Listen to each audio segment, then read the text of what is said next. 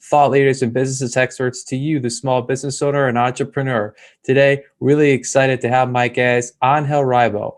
Angel is known as the CEO Confident. He runs a business and consulting firm where they help to boost accountability, improve your sales performance, and has spent a great deal of time working on how to help remote teams become successful. In this episode, we're going to talk about Angel's background, how he come to create the CEO Confident, what he has done over the last year to help boost teams' remote performance, and finally, how he leverages social media. We hope you enjoy this episode. Angel, welcome to the Money Talks podcast. How you doing today? Thank you very much. Thank you for having me. I'm doing great. And thank you everybody who's listening to us.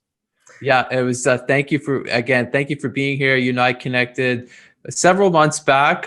We were doing a kind of a LinkedIn marketing workshop, if you will. I appreciate your feedback. You know, your content is fabulous. And that's something we'll definitely want to talk a little bit about. So without further ado, maybe just give the audience a little bit about your background. Absolutely. So, of course, I mean, I live in Plano, Texas, which is north of Dallas. I've lived here for the last 10 years. Overall, I've lived like in eight different countries throughout my life. I'm originally from near Barcelona in Spain. And basically, I do two very distinct things in my life. One is with my business consulting company. Basically, we help both corporate CEOs and established entrepreneurs to bridge the gap globally for expansion and exposure as a way to generate or to accelerate the growth of their businesses. And I started to do that basically 5 years ago when I left corporate America. And at the same time, I started also my nonprofit. I'm actually one of the 3 co-founders. And what we do is we help underprivileged kids in Latin America become entrepreneurs using the local resources. So this is in a nutshell what my life is about. Unfortunately, for the last 14 months, I have not been able to travel much for obvious reasons. It's now April 2021. But we really can't wait to resume our activities in Latin America with the kids that so much needed. That's amazing. I definitely want to learn more about that and talk about that. Thank you. Thank you. Kudos to you for doing that. It's really important. And it's amazing because I've talked to other people that I've interviewed on my podcast who are in the fintech space, and there is a lot going on as far as entrepreneurship in Latin America. So yes, I love hearing about that. And it's really interesting. So maybe go back a little bit. Of course. What was kind of, I guess, the light bulb? You know, it's really interesting because a lot of the people I interview, they've all had some role in the corporate world, if you will. And what was the light bulb for you as far as wanting to kind of bridge out, go on your own and start this great, enterprise you have? Thank you. Well, I think it's a mixture of things, right? It's not only one thing. I think that probably the most important one is that I had continuously been putting my family as a second priority in my life. And that eventually hurts the family, and for me, my family is extremely important. So I think that was probably one of the main reasons. The second reason is also, when you realize that the company was working with was bought by someone else, and then things started to change. And when you realize that people join companies for money, but they stay because of the culture. And so when you realize that, all these great things you've done in the past, unfortunately, you cannot do it there anymore. And you have to use you have to change your strategy, and you don't quite think is ethical enough or good enough, So, there were many things like this. And why wasting my time doing things that I really don't like and I don't see any future on? I think that's really important.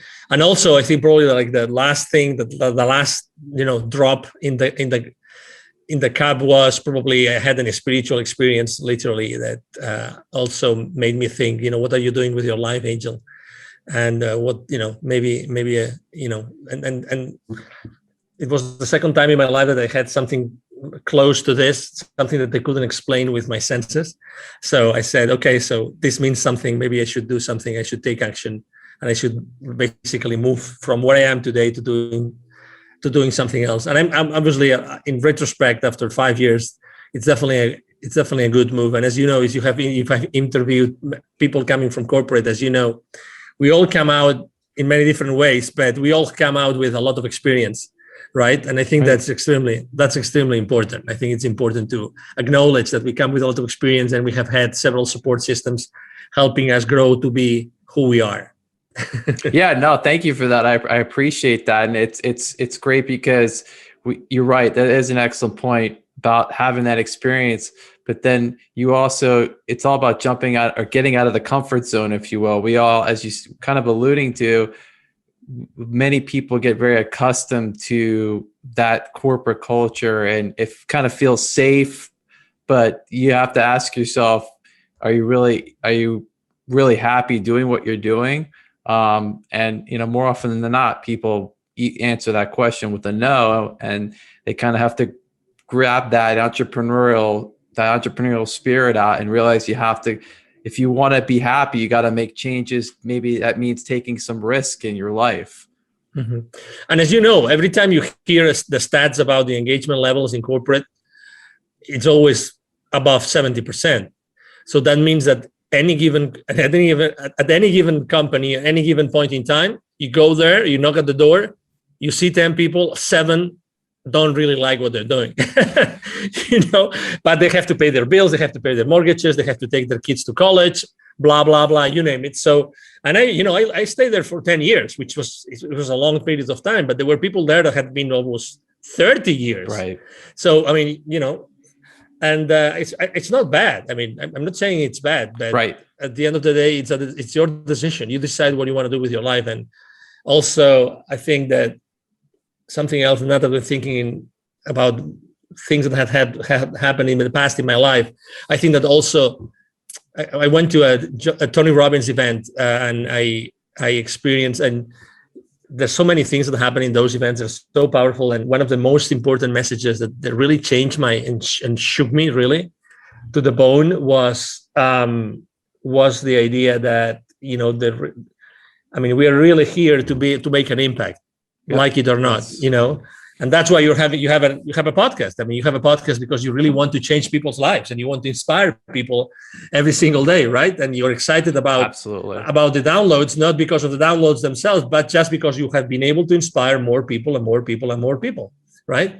100%. And so that's why there's this direct relationship between, how many people you serve and you help in your life and eventually the rewards that you get in your life. And I wanted to literally start doing my own thing and start impacting thousands of lives as opposed to what I was doing before.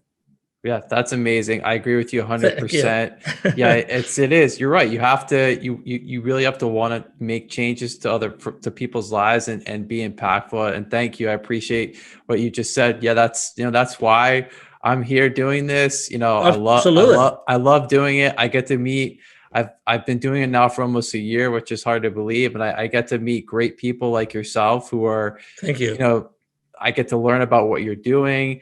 We get to talk about your life and how you meet, how you help other people, and the message gets out, and it's tremendous. It's exciting every time I do this. And I'm always appreciative of the time of my guests. So maybe as we kind of move forward, I guess talk a little bit about your process as far as, when you're maybe meeting with a new client, and maybe take us through how that works. Yeah, of course. So the reason why, I do what I do as far as, professionally speaking with my consulting business is because I had helped more than 1,500 companies in 36 different countries. So that's what allows me to say, okay, so I'm going to put in place a system that will allow systematically both entrepreneurs and companies to, keep on growing their businesses, accelerating the growth of the businesses by expanding the business over there. So basically, the first conversation with any company or any entrepreneur goes the same way. So,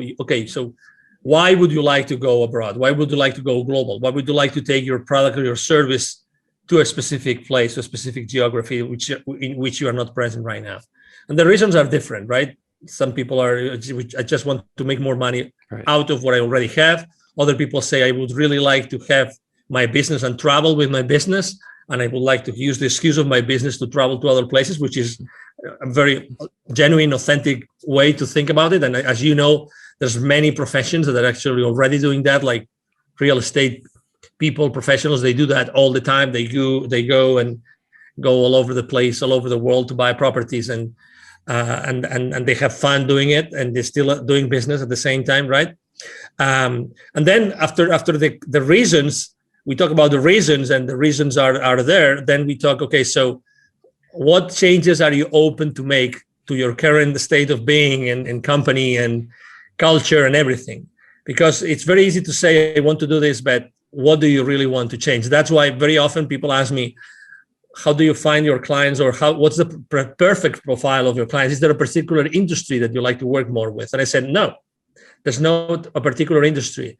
There's always a way in which I always ask these three questions. Do you really want to change as a leader? Do you really want to leave a legacy? And do you really want to change the world? I always ask the same three questions, because I just want to work with people that I really like to work with. I choose my clients, and I really want to work with people that really want to make a difference in this world. The same way I'm doing it every single day. I want them to do the same thing, and I would like to work with them and support them in doing that. And I think that is really important. Then we have a conversation about, do you have the resources? It's very important. I mean, going abroad is not just, or going global or international. It's not just, okay, I want to go, let's test the waters. You have to make a decision to do it, okay? There's several ways to do it, and you can, let's say there's several levels of, engagement, and you can go full in, and you can go maybe test the waters and find maybe some business partners and start, selling your products and services. It depends. Everybody's different, but you have to make sure that you're going to stay in that mode between 1 year, 1.5 years, because if you only want to do it for a few months, it's not worth it. You don't need me. The same way a lot of entrepreneurs like us, they think that as they're already present online, they already have a global business, and that's not true, because it's the same as. And I see that every time I go with my foundation as well. I go to many different Latin American countries, and you would think every country we speak Spanish, so it's almost the same culture. It's not the same culture at all. So even if we speak English right now, only a few entrepreneurs out there, really have thought, okay, so is selling to the US the same as selling to Canada, the same as selling to Australia, the same as selling to the UK? And the easy answer would be, of course it is. They all speak English. It's not true. It's not true. And talk to any advertising company who's present globally. You have any friend working on a marketing department or on an advertising large corporation that they work globally? Ask that person, do you guys really take into consideration the different cultural realities in every single geography in which you advertise your products or services? Of course they do. Right. But we tend to think that things are simple, and things are, no, it's the same thing. It's not the same thing. So if they have the resources, they really want to do it, they're really open to change the status quo, then probably typically it's a go. Typically it's a go. And then, we decide, we discuss the details, what's the best time frame, how are we going to adapt your products and services to the new market, how are we going to find the right partners for you? Do you want to set up a specific distribution channel? Do you want to go there, or do you want to tap onto the door of, or knock on the door of the top 5 clients of a particular industry, which are good for you, good fit for your products and services? It's more like a qualification set of questions that allow my team and I to see exactly what we can do for that particular company. That was tremendous. Thank you for that. I really enjoyed all of it, but especially the first part, because you're very specific as to, you were talking about the 3 questions that you ask, very specific, and it's important it's 2 many reasons, but one, as the entrepreneur, as the business owner, it's important that you're, distinguishing yourself, and that really is really speaking to your value proposition as far as, this is what we're trying to find out. If you can answer these questions, I can help you. If you can't, we probably can't work together. And that's important, that you've created this niche, and, you're able to have these questions and get them answered. So I think that's really important. And then what you were just talking about, as far as, understanding, you have a great understanding of the cultural differences, because in this day and age, like you said, everyone wants to go global, right? And if to your credit and to your point, it isn't that simple, just because, these languages are spoken in so many countries. If there's one thing I learned from business school, it's the cultures. So I distinctly remember these conversations having with one of the professors about how different it is to do business in these other countries, whether it's in the Far East or Latin America. It's not the same. You have to understand the cultures.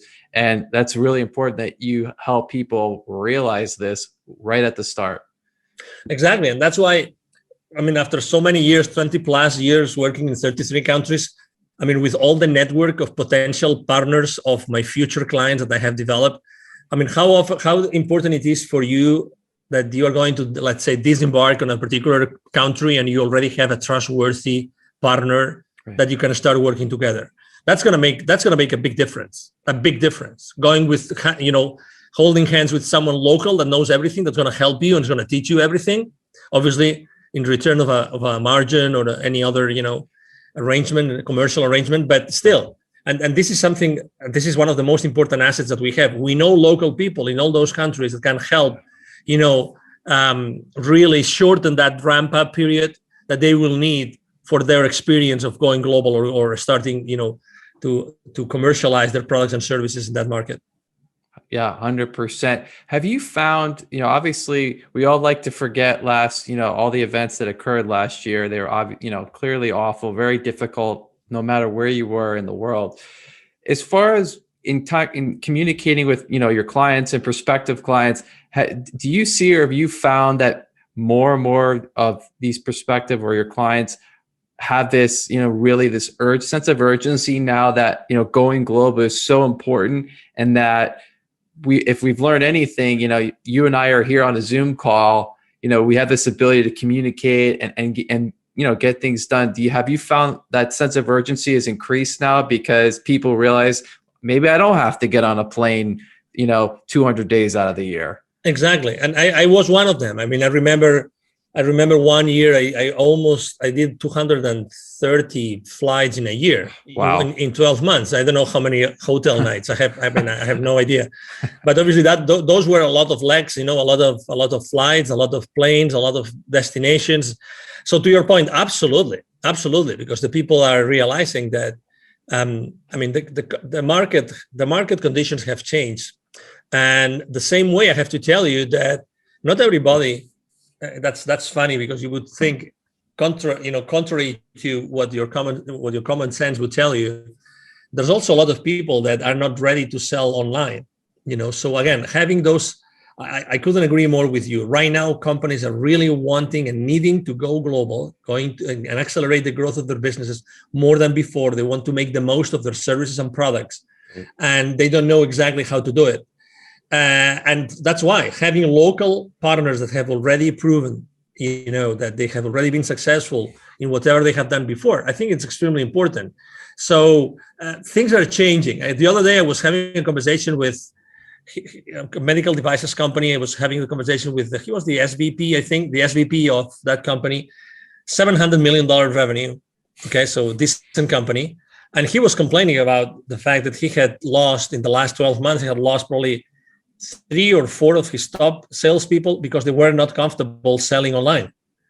Interesting, exactly. Very interesting. So if they couldn't shake the hands of the people, they couldn't say them face to face and sit on the same table and then go have, grab lunch or whatever. Right. They couldn't keep on closing those multi-million-dollar deals. Isn't it amazing? So obviously the company, what the company is doing is providing them with, online training once a week on how to sell, how to be fully present, how to do the most of this kind of interactions that you and I are having, right? How do you have to conduct yourself? Where do you have to look? What kind of conversations? What do you have to show? What you're going to show? Right. How does it have to be designed? Everything has changed. And I have to tell you also, I'm really blessed that I'm in Texas. As you know, Texas is one of the most open states in the union. I mean, we've been fully open since March. Right. All the stats are going down and down and down, every single day. But I have to tell you also that for the last 12 to 14 months, I never stopped having face-to-face meetings, ever. I had lots of coffees in coffee shops, and instead of restaurants, coffees in coffee shops, maybe short coffees, right, maybe outside in the patio, whatever, with a lot of, C-level executives here, no matter what. So that's what life is about. I mean, to be honest, you're a human being, and we have to really, everybody feels differently about what's going on in the world, but life continues. Right. And executives still have to hit certain, revenue levels and hit certain profit levels and cash flow levels, hopefully, so they can keep on growing their businesses and providing, obviously, all the employment positions and that they're offering so far. Absolutely. I mean, I think the word that comes to mind as you were just speaking, and thank you for that, is adaptable, right? I mean, people, it doesn't matter what you do for a living or what maybe you've changed and you're doing now. We've all had to have some measure of adaptability over the last year. If we, and to your point, we were just that great example of the salespeople. That executive, they need to keep the lights on at the company, if you will, right? They have to keep things going, and that's a difficult situation. We have to adapt, where we have to, we need to train these people that, listen, you may have to do this, through a camera, and that's being adaptable. I was reading a report summary yesterday about, how the future of work has been changed due to what's going on in the world right now. 3/4 of CEOs right now, they are very, very concerned. And the number one concern is, how are they going to help their employees upskill? Right. And they're not that concerned about, like hard skills. No. I'm talking about soft skills. So they don't know how they're going to do it to successfully transition their labor forces, their workforces, into a place where they can embrace new skills that are needed for the work that needs to be done today in the world, right? So, I mean, at the end of the day, we're all human beings. At the end of the day, C-level executives are the same as you and me. They have their own concerns. They're different concerns because their outreach and their levels of responsibility, depending on the size of the company, is huge. But at the end of the day, they're dealing with people and concerns related to people. Will my employees be still engaged? What do I have to do now differently compared to before, so that they keep being engaged? How do I keep them accountable? How can I have, all those questions are being asked and are not easy. I mean, in only 12, 14 months, let's say 14 months now, it's April 2021 right now, not everybody has been able to really adapt to the new situation yet. And I think that the organizations that have provided have taken the opportunity for the last few months, right, to train their workforce, are going to be the most successful ones in the future. But 100%. you can't wait. It's not like, you have like X company name university already developed and you have lots of courses inside. That's not the answer. The answer is, how do you make sure that you have really, really, really, engaging, multisensorial, really engaging training opportunities that every single employee is really using to keep the company afloat and to really set a strong foundation. Things are changing all the time, and people don't see that. Again, and the world of training has also changed, and it will keep on changing. And as you know, we live in a world we are being distracted all the time. We carry these smartphones, which make us, obviously, they not make us smarter, as you know, right? So they do everything but keeping us smart, right? Agreed. It's funny. I don't know if you've seen it. I forgot the name of the company. I would say the name of the company if I remembered it. There's a company that just launched a new flip phone, which it's not a smartphone. So it has zero distractions, but it has the power of the agenda, blah, blah, blah, all the really strong things or the powerful things, but zero distractions. and I'm sure that they're selling it. I mean, it's not cheap. I mean, it's not like the flip phones that you go to Walmart and it's $25 or $50. Right. No, they charge you $300, I think it is, but it's a flip phone, long battery, you name it, because we need to go back to the basics. The distraction is not allowing us to really thrive in our lives. And you must see this because you interview people every single day or week. You see that, unfortunately, keeping us distracted is keeping us distracted. So we don't accomplish what we should be accomplishing. 100%. Right? And there's this great movie called The Social Dilemma. The Social Dilemma. I don't know if you've watched the movie. Yes. It's a great movie because I think everybody should go and see that movie and watch that movie because it tells you how the devices and the softwares are designed to keep you distracted and are designed to, with all due respect to all those companies, manipulate your purchasing habits, your consumption habits. And they say it. I mean, and there's like literally what? 9, 10, 11 high-level former social media companies that are telling you the story and explaining you, this is how we do it. Right. This is how we manipulate you. And they say, we don't allow our kids to have cell phones. We don't allow our kids to have the cameras on their computers. Right. There's a reason. There's a reason why this is happening, So it's like the cars. I drive this 2006 convertible, and I'm not going to change it because I don't want the computer. I don't want anybody to get into my computer, the computer of my car. You know what I mean? Yes. As much as I like technology. I worked for 2 very successful high-tech companies, and I love technology. But I tell you, I don't want anybody to get into the brains of my car. I love driving my 2006, and I will keep on driving my 2006 until I don't know. I get it. No, those are really valid points, and it actually, I'm sure this is you have to deal with this, and probably more and more so now. Is how do you recommend to your clients, the executives, really, I guess, keeping that performance of the team, if you will, at a high level? 2 reasons. One, obviously now we've all been separated and predominantly we've had to work in this kind of environment. And how do you maintain that performance? And then also to what you were just talking about, this distraction, right, of this, where people just pick it up all the time. How do you, I guess, advise your clients on the best piece of advice is actually a very good friend of mine. His name is Neville Joffe. He's trained more than 20,000 C-level executives and business operators of large corporations in the world for the last 25 years. And he does something which I love. It's the deprivation test, which means, imagine, Hugh, that you and I, we do a list of everything that we do, let's say during our working hours. Let's leave our personal life aside, okay? Our working hours. We do a list. And then we say, okay, starting tomorrow, I will not do this and this and this and this. Listen, if you want, you just start with one thing. I'm not going to do that. And I will make sure we're not going to do it. And you keep on adding things. Why?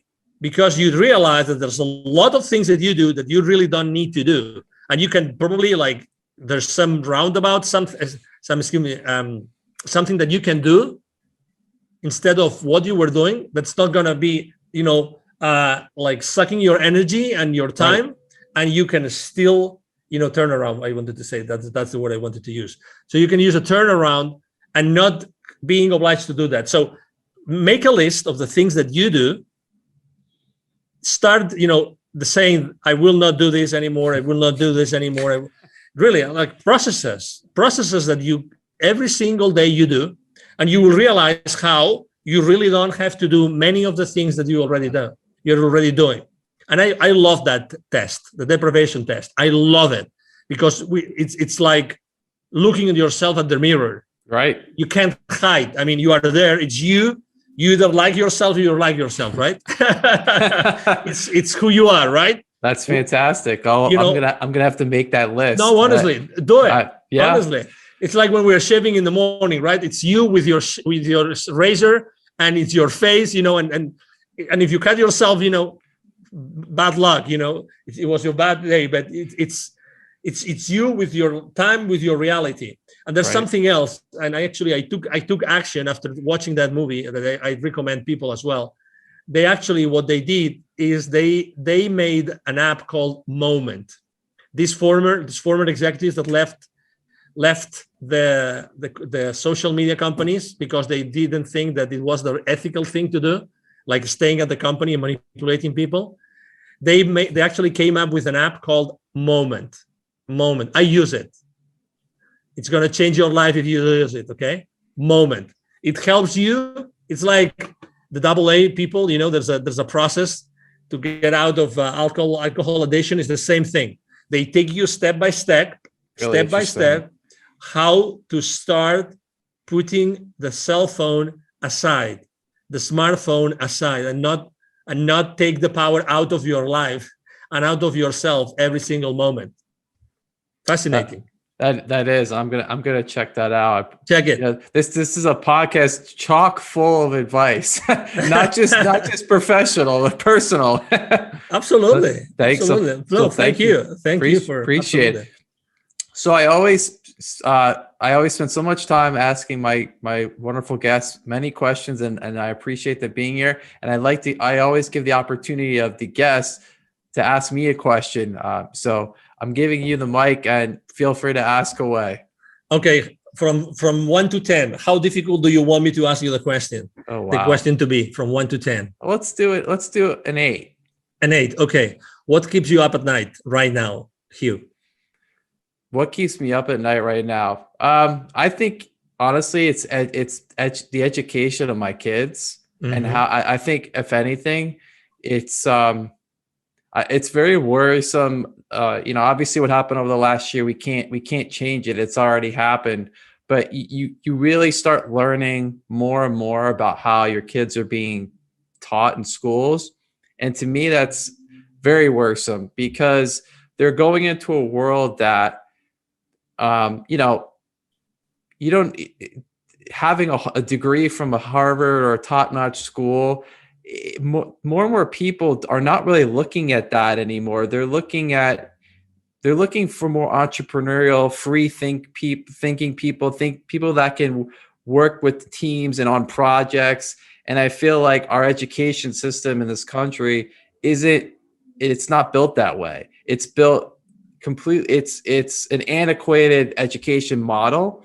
And I think it has to be changed. And I know there are entrepreneurs out there that are now doing these things. Obviously, it's not available to everyone, and it could be expensive, but at least you're starting to see some changes as far as these people realize we can't teach our kids this way anymore. It's not about test taking skills. It's about problem solving and speaking. And this is what's important. This is what's going to help them as they go forward. So I couldn't agree more with you. It's funny. I don't know why I asked you that question. I'm extremely involved with the education of my kids as well. I'm very worried as well.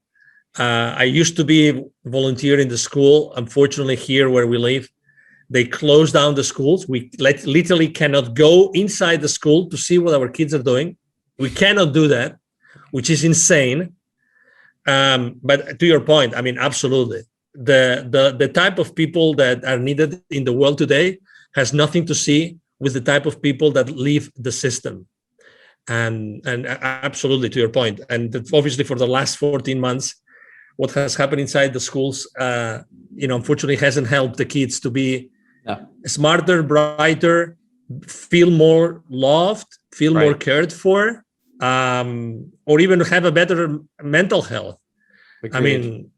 I mean, you talk to the therapist, talk to the counselors, and you will know. You will see. I mean, unfortunately. So thank you for answering the question. Thank you. I appreciate that question. Thank you. It's something. It's funny because I'm actually going to have in the next couple of weeks. I'm going to have a founder of a startup education company. So more to come on that subject. Awesome. Yeah. Please. Keep on bringing people that knows exactly what's lacking today and what we can do to bring, to use all these amazing talents and gifts that our kids come to this world with. Oh my God. and you see that every day. It's Absolutely. as father, you see that. I mean, these kids are asking you questions that, oh my God, and what a blessing. The thing is, how do we keep this balance, right? Between educating them and giving them the boundaries, and at the same time, allowing them to be who they really are, right? 100%. Yeah. So anyway, thank you. I'm having chills again. So thank you. Yeah, no, thank you for that great question. Take a minute or two. You do an amazing job on your social media, specifically your LinkedIn. Thank you. It's one of the best. And I actually spent time earlier today and yesterday going through it. And you have a very clear value proposition. I know, you exactly what you do, who you're trying to help. Maybe just spend a minute or two talking about how you've really leveraged using social media. Thank you. Exactly. Well, number one, I chose to start working in social media really when I left corporate America. I think that in general, in the corporate world, social media is not used a lot, or is used very well. The first thing I thought was, okay, so what is my audience, right? So who do I want to serve and where they are? And it's funny how, obviously, I immediately decided, okay, so it's LinkedIn. I only had a few hundred connections, nothing else. And I said, but I want to really make a difference here on LinkedIn. And then I started to think, okay, so if my audience is here, how am I going to talk to them? And one of the things I always repeat myself and that I learned, and I have had also very good teachers throughout this time, is that number one, have you noticed that when you go to Google and look for a particular person, you throw a name in the box? One of the first line items is actually LinkedIn. Right. So you are in Google, Googling someone's name, and LinkedIn lines show up as the first one. So what I'm trying to tell you is LinkedIn is not a place where you look for a job only. LinkedIn is a search tool. LinkedIn is a search tool. Okay. So just that I think that's going to help you think differently about LinkedIn. Number one. Number two, I said, okay, so what am I going to share? I mean, I was able to have little by little, I built a team, and I have a team working with me. As you have seen, I have, video editors, I have graphic designers. I'm every single day online, every single day. So the content that I am posting is always a content, number one, that's going to grab the attention of my audience. Number two, that it's going to be more related to the human being who is behind an executive than the executive that is concerned about 20 different business aspects. So I'm trying to really keep everything at a very human level and connect with the people at the very human level. So you will see that obviously sometimes I speak about business, and sometimes I give visibility and exposure to businesses, and because actually it's part of my business value proposition. But I try to be really very close to the human beings behind the people that I want to attract to my timeline, right? To my feed. Right. And we all have options, as you know, we all have options. And also I use, and not many people do it, I not only post every day, like normal posts, I use video a lot, I use graphics, I use cartoons. I also create posters for the story. There's a story, like the WhatsApp story, the Facebook story, or the Instagram story. There's a story on LinkedIn. Right. And again, you have to change it every single day. But again, it's another place where people go and they just see, for instance, I am obsessed personally about what's going to happen tomorrow. I want to be the first one to tell everybody on my timeline what day is going to be tomorrow. So for instance, tomorrow, I forgot what day is it going to be tomorrow, but Saturday. So it's going to be Saturday, but I don't remember. It's going to be the National Something Day. Okay. So I am always talking about what day is it going to be tomorrow. So now I could go to LinkedIn and I will see that my team posted about what national or international days is going to be tomorrow. And as opposed to do what everybody does, which is posting about what international day is it today, I always do about what international day is going to be tomorrow, just because I want to give my audience a head start, so they go to the office and they already know what's going to be tomorrow. Or maybe if someone needs to buy something or needs to do something, they have one day head start to do that. You know what I mean? Absolutely. And again, and there's days which I talk about innovation, about creativity. I talk a lot about building bridges, because I think that for the last 14 months, a lot of bridges have been burned. Right. And I think that we have to build bridges. So that's another important part of my strategy. And the third one is really when I reach out to people to connect with me, which, by the way, it's more and more difficult on LinkedIn. Just this week, they limited the number of people you can connect with. I always try to connect with a very short initial message. Right. The connection request message is always very short, as if I was on a face-to-face meeting and I was meeting that person on a networking event, literally. Okay. So I always say something like, I would like to connect with you. So might we help each other? We might be able to help each other in the future. Or I just say, I would like to connect with this kind of leaders. So you are already filtering the people that you connect with. Right. You don't want to connect with everybody. No, right? That's right. Exactly. So again, you have to be strategic about what you do online. So those would be probably like the top 3 pieces of advice I would like to share with the audience. And I'm very consistent on, if you go to Facebook, you go to Instagram, you go to Twitter, you go to WhatsApp, you will see that I have the exact same message every single day on all my social media outlets. So I'm very consistent. So everybody looking for me, or everybody that's going to find me, they will see that I have the same message in all my platforms. I think that consistency is also very, very important. Absolutely. Huge. Yeah. 100%. Well, and I always conclude my episodes with pieces of actionable advice, and you've outdone yourself and done a great job here. I appreciate you doing that. Those are great pieces of advice as far as how to really leverage your social media and being consistent. So I want to thank you for that. I want to thank you for being here with me and the audience today. It was really wonderful to finally talk to you in person, learn more about what you're working on.